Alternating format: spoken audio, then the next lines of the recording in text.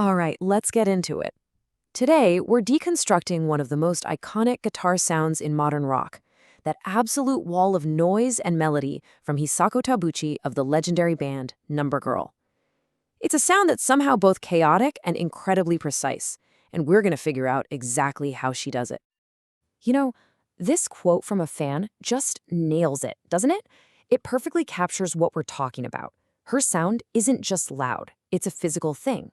It feels like a steel tank, but it's also got this razor-sharp edge, and it's all built on a philosophy that's totally unique to her.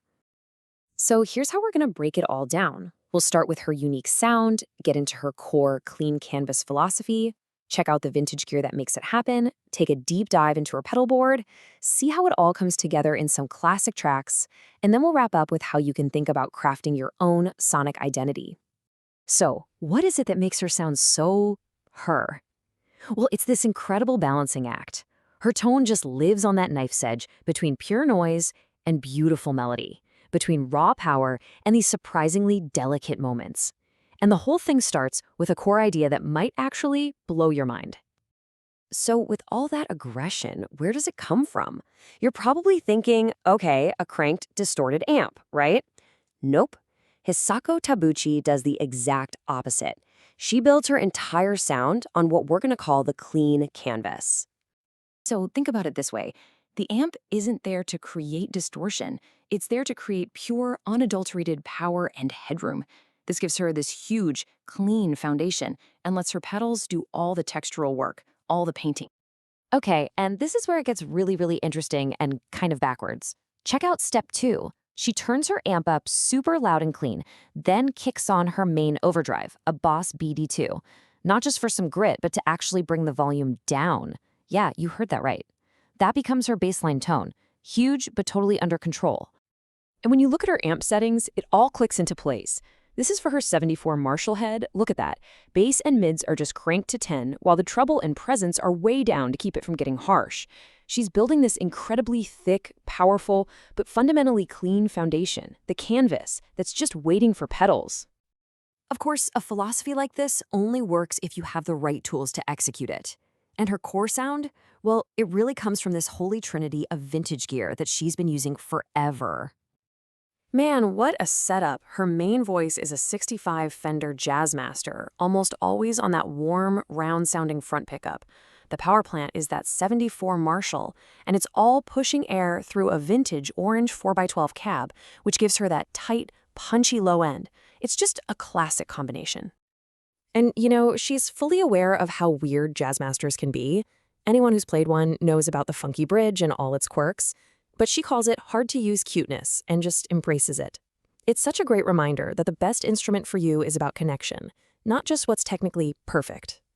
Okay, so if the guitar is her voice and the amp is the big, clean canvas, then her pedal board, well, that's the palette. This is where she gets all her colors to paint those incredible sonic landscapes. Her gain staging is just brilliant. It's all about layers. That Boss BD2W is basically the primer coat. It's always on. Then you've got pedals like the arrows and the IDSX for adding different textures or a little push. And then there's the big gun, the legendary clone centaur, which she saves for when she really needs to go over the top for a solo. And there's such a great story about how she got that clon. These things are famously rare and expensive. She was on tour, saw one in a shop in Kumamoto, and just knew she had to have it. What a find. And it's been a key part of her lead sound ever since. But it's not all about the dirt pedals, right? Her use of space and modulation is just as crucial. That Boss RV3, specifically on Mode 1, is pretty much her secret weapon. That's where you get those signature, stabbing, rhythmic delay sounds that are all over the classic Number Girl riffs. This quote right here, this tells you everything you need to know about her approach. For her, the physical act of stepping on a pedal, that stomp, is part of the performance. It's about the intention. It's that feeling of, okay, I'm going for it now, which she feels would be lost if she just used a fancy programmable switcher. All right, so we have the philosophy, we have the gear. How does it all actually come together in the music? Let's get practical and look at a couple of sound recipes from iconic Number Girl songs. Okay, for the classic track tattoo Ari, the recipe is all about that interaction between the shimmery texture of the CEW chorus and that sharp rhythmic pulse from the RV3. It creates this sound that's just unforgettable. And then when that huge solo hits, boom, she stops on the clone and it just takes off. And if you check out the reunion shows for the massive solo at the end of Omoe in My Head, she brings in an Earthquaker Devices Blooms. It just gives that solo an extra searing, articulate character that absolutely screams over the top of the whole band.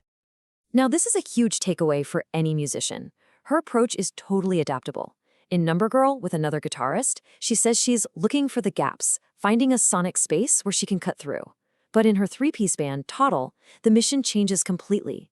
It becomes about filling the space, covering a much wider frequency range. So smart. So, after going through all of this, her philosophy, her gear, what's the big lesson here? Well, it's pretty clear it's about way more than just buying the right stuff. So when you boil it all down, Hisako Tabuchi's sound isn't just a pile of cool gear.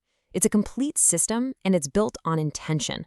Every single piece has a job, a clear purpose, from that powerful clean amp all the way to that final, deliberate stomp on a pedal for a solo.